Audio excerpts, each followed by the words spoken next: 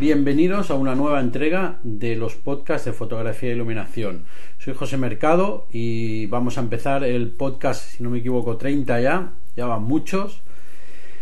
He estado pues una semana y medio enfermo y no he podido, estaba bastante mal de la voz, no he podido grabar nada, no he podido fotografiar nada, he estado en casa. La verdad que he aprovechado mucho para leer.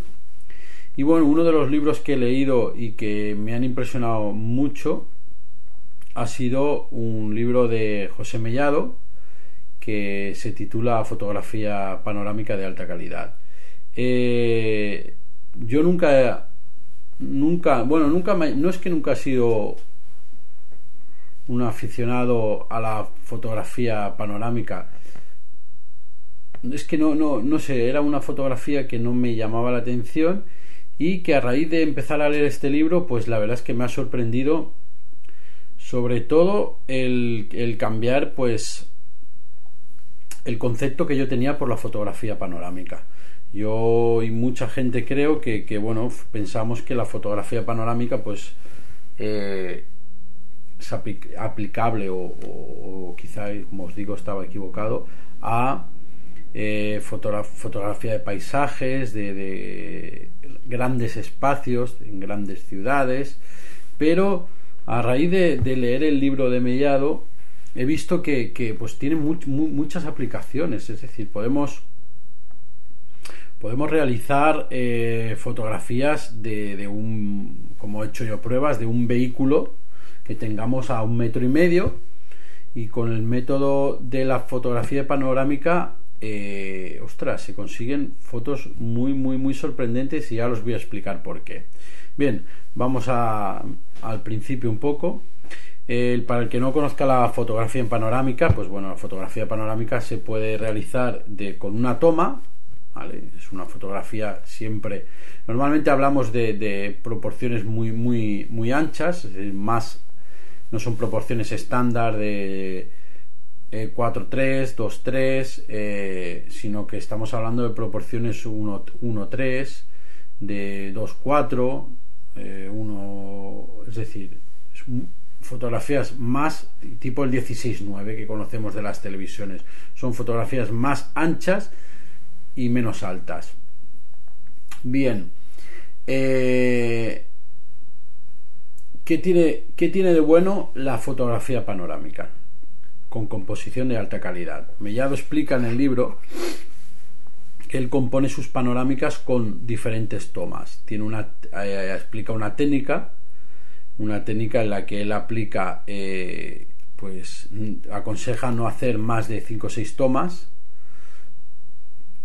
ahora no, 6, me parece que eran entre 6 y 8 ya. A partir de 8 ya me parece que es excesivo. No os voy a hablar del libro porque no estoy aquí para hablar del libro, sino estoy aquí para hablar de fotografía panorámica. El que le guste la fotografía panorámica es un gran libro en el cual a la primera mitad del libro se explica cómo él hace la técnica, y la segunda parte del libro él explica cómo hace sus postprocesos y tal, que ahí ya cada uno puede utilizar su técnica o la propia.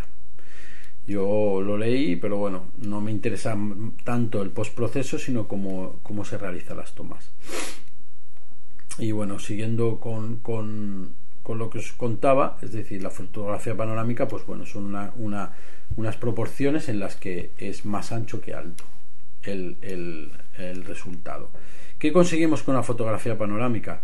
Pues una de las cosas que conseguimos es una fotografía de muy alta calidad, ¿vale? Nosotros estamos trabajando normalmente con cámaras de formato micro 4 tercios, APS-Cs, full frames, ¿vale? Entonces este tipo de sensores nos va a dar un cliché, nos va a dar un fotograma o un archivo que tiene sus limitaciones para hacer ampliaciones. ¿Qué ganamos con la foto? Una de las cosas que ganamos con la fotografía panorámica por composiciones es que esos archivos se convierten en archivos de muy alta calidad. ¿Por qué? Porque tienen varias composiciones. Si trabajamos con full frame, imaginaros en vertical, en la fotografía en vertical con 2, 3, 4, 5, 6 composiciones, el archivo que se nos puede generar. Ese archivo, a la hora de imprimirlo, podemos hacer ampliaciones muy grandes. Hasta ahora, o siempre, cuando se ha trabajado para una publicación, o se trabaja para una publicación en la cual tú sabes que la salida va a ser unas ampliaciones en papel en gran formato, pues lo que buscas ya son cámaras de medio o gran formato. Ya no trabajas con full frames o micro 4 tercios, sino que te vas a cámaras que tienen más resolución, pues para poder trabajar en esos megapíxeles. Esta es una de las utilidades de la foto panorámica, pero no penséis en fotografía panorámica como os he explicado al principio. En fotografía panorámica, pues para fotografiar el Montserrat, por ejemplo, o Navacerrada, yo qué sé, o los picos de, no sé, unas montañas, lo que se os ocurra. No. Aparte de eso, tiene muchas otras utilidades, como os decía. Una de las cosas que me ha dejado impresionado es que cuando trabajas en fotografía panorámica, normalmente tú decides, depende de la toma que estás viendo, vas a decidir si la vas a hacer en vertical o en horizontal. Eso te lo da la amplitud o la altura que quieres de ese fotograma. Cuando tú estás viendo el que vas a fotografiar y miras por el visor, ya sabes o ves en ese momento si te va a faltar cielo o altura. Entonces si con el formato paisado ves que cubres perfectamente la altura que quieres, pues estará bien, porque podrás con 1 o 2 tomas o 3 tomas podrás tomar toda la panorámica. Cuando habla de tomar la fotografía, muy inteligentemente dice que se tiene que tomar con una focal superior a 30 milímetros, 30, 40, 50. Esto es, ¿por qué dice esto? Porque a partir de, por ejemplo, yo lo utilizo con un 50 milímetros. Con el 50 milímetros, cuando haces las tomas, no tienes deformaciones de lente. De lente te hablamos, por ejemplo, en el gran angular. No tienes, cuando tú vas a hacer una fotografía con un 20 milímetros, te encuentras que tienes en los laterales de la imagen, te encuentras que tienes las deformaciones hechas por la esfera de la lente. ¿Qué pasa? Cuando trabajas con 50 milímetros no tienes esas deformaciones. Entonces, si tú tomas 6 imágenes, 5 imágenes en vertical con el 50 milímetros, cuando obtienes la foto final, te das cuenta de que yo, por ejemplo, hice una foto en la estación de Francia de Barcelona, en la estación de tren, que es de 180 grados. Pues tú miras las esquinas de la imagen, tanto de la izquierda como la derecha, y ves las verticales perfectas. Las verticales no tienen deformaciones, son completamente verticales. Es impresionante. Luego, otra de las cosas que explica es que para hacer estas tomas con el 50 milímetros, por ejemplo, se tiene que realizar con un solape. Explica que tú cuando disparas las 5 o 6 tomas que tienes que hacer, tienes que tener en cuenta que tienes que dejar unos centímetros para que luego los programas de postproceso puedan solapar esas imágenes, porque si tú haces la primera toma, la segunda no le dejas espacio de solape, el programa que te lo va a montar no va a encontrar los puntos de referencia entre una y otra y no te la vas a ver juntar. Entonces eso es importante. Cuando estáis disparando en vertical tenéis que tomar un punto de referencia. Empezáis por la izquierda, por ejemplo, ¿no? Empezáis por la izquierda, veis, vale, el árbol lo voy a tomar, que está justo en la esquina, perfecto. Pues sé que la siguiente toma, el árbol ese también tiene que salir dentro de la toma. ¿Para qué? Para que cuando el programa monte las dos fotografías tenga todo el árbol completo para tomarlo como referencia y montarlo. Yo, una de las pruebas que hice fue de un furgón amarillo que ya había cerca de mi casa.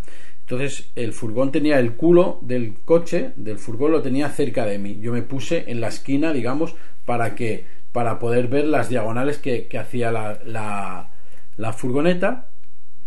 Entonces eso si lo hubiese hecho con una sola toma de imagen, lo hubiese hecho seguramente con un 14 o un 20 milímetros, y entonces el culo del camión, que yo lo tenía muy próximo a mí y lo había dejado a la izquierda del cuadro, que hubiese pasado, que hubiese tenido una ondulación la vertical. El camión, ya sabéis que la caja de los camiones son completamente verticales. ¿Qué hice? Con el 50 milímetros hice 2 tomas. Cuando las monté, el resultado fue impresionante, creedme. Eso sí se puede hacer de una toma, sí que se podía haber hecho de una toma, pero como os digo, yo al montar las 2 imágenes juntas no tuve que hacer correcciones de lente, porque aparte que el programa te ayuda un poco al hacer el montaje, al estar disparando con una lente de 50 no va a hacer deformaciones y te va a montar un cuadro completo. ¿Qué pasa? Podréis decir, sí, vale, pero es que a lo mejor con el 50 milímetros me tengo que alejar mucho y no tengo espacio por detrás. Bueno, pues hacer una composición de 6, 8, 10 imágenes. Cogeros, por ejemplo, por tramos. Primero abajo a la izquierda la primera, la segunda la derecha abajo, 2 en el centro y 2 en la parte superior, 2, 4, ya tenéis 6 imágenes y podéis coger muchas cosas, hacer la prueba, creedme, coger en vuestra casa mismo el 50 milímetros y yo qué sé, coger una escalera que tengáis por casa, un armario, lo que queráis, una maceta, no sé, cualquier cosa, y con el 50 minutos os acercáis y hacéis 4, 5, 6 tomas y luego las montáis. A ver, programas para montar las panorámicas. El Photomerge es un programa que viene con Lightroom y Photoshop, pero es capaz de montar tomas sencillas, pero a veces se complica un poco la vida. Un programa que he probado y que va bastante bien es el Autopano Giga, me parece que se llama Giga, Autopano Giga. Es un programa sencillo de utilizar. La verdad es que yo tuve la suerte de que mi amigo Dani Sebastián, un amigo que tengo en Granada, me hizo un tutorial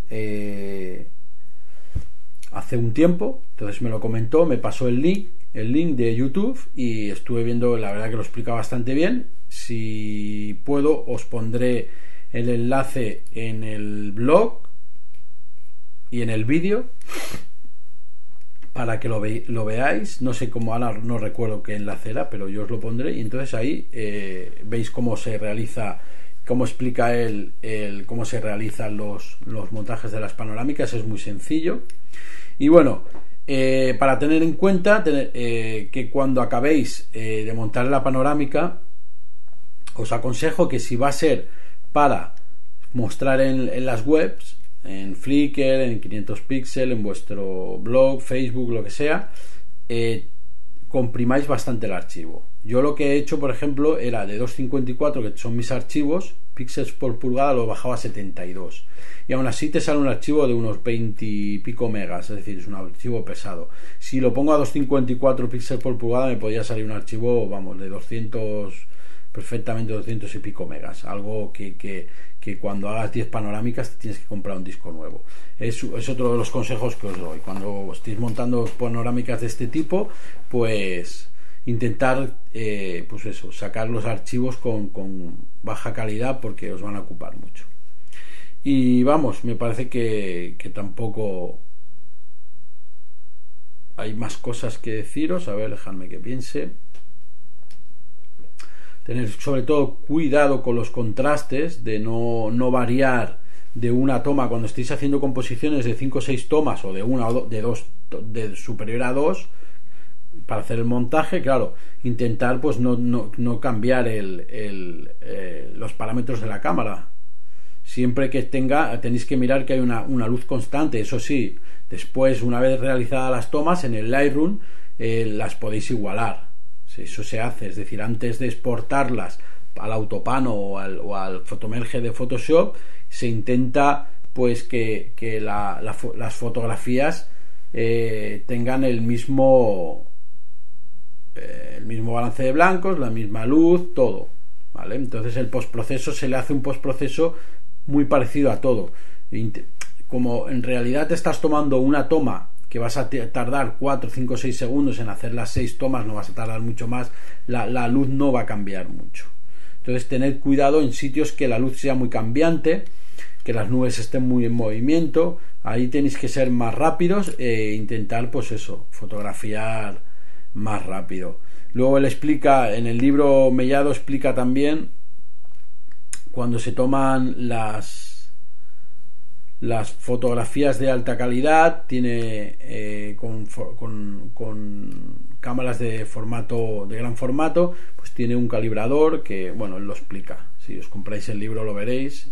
Es un aparato en el que tú puedes desplazar la cámara hacia adelante y hacia detrás para buscar el punto donde se encuentra la lente para que rote justo en el eje de la lente, no en el eje de la cámara, porque entonces te crea deformaciones y a la hora de juntar es problemático. Bueno, esto es un poquito como apunte, pero bueno, yo tampoco es que no le he hecho caso. Las tomas las realizo todas en mano, ninguna en trípode.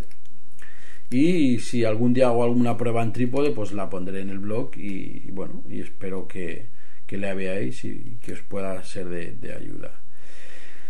Pues no se me ocurre nada más. Es decir, es una fotografía muy sencillita, tampoco tiene nada. Si hacéis pruebas, hacerme caso, sobre todo para los que empecéis, el hacer esas pruebas, empezar con 2-3 fotografías, mirar un paisaje, una casa, un coche, algo que os llame la atención, os situáis delante, graduáis la luz, la exposición completa, la tenéis preparada, metéis un 35, un 50 milímetros, lo que queráis. Primero fotografiáis la elección de qué fotograma o qué fotografía tomar primero. Depende de lo que estéis viendo. Si por ejemplo el elemento central de la fotografía va a ser algo en movimiento, un coche, un niño, no pasa nada, podéis alterar, podéis tomar primero la del medio, luego la de la derecha, luego de la izquierda. El programa es inteligente y os lo montará sin problemas, le da igual el orden, no tenéis que tener un orden de toma. Pero por ejemplo viene una pareja andando por debajo, que va a pasar por debajo de un árbol y queréis esa foto en medio, que el eje sea ese, pues le hacéis la foto primero a la pareja que viene andando, os esperáis que desaparezcan de la toma y entonces luego tomáis la de la izquierda y la de la derecha y hacéis un montaje. Veréis que es súper sencillo hacer foto de panorámica. Bueno, súper sencillo, que tener unos resultados mínimamente buenos. Luego ya, claro, hay gente que por ejemplo utiliza mucho el HDR, para eso ya va a gustos. Pues proceso, pues bueno, en color, en blanco y negro, eso ya va a gusto de cada uno. Y nada, hasta aquí el podcast de hoy. Ha sido un podcast muy cortito, no sé, llevamos unos 19 minutillos, son pocos para normalmente lo que hacemos los podcasts. La semana que viene espero tener noticias que daros, noticias buenas. Recordar que me podéis encontrar en Twitter @josmercadol, acabado en L, mi página web www.josemercadofotografia.com. ahí tenéis el blog, mis vídeos, las galerías, mi contacto, lo tenéis todo, mi correo que es info@josemercadofotografia.com. y bueno, cualquier cosa que necesitéis ya sabéis que me tenéis a vuestra disposición. Nada, daros las gracias a los que estáis por ahí por el Twitter siguiéndome, haciéndome preguntas. En el blog teníais una sección de preguntas y respuestas que ya no utilizáis mucho. Al principio tuvo una buena acogida, ahora ya no tiene tanta. Me gustaría que lo utilizaseis para hacerme esas preguntas y los demás que puedan nutrirse de las preguntas y de las respuestas. Y nada, como siempre os digo, fotografiar mucho, que es gratis, y pasar una buena semana. Nos vemos en la próxima entrega. Hasta luego.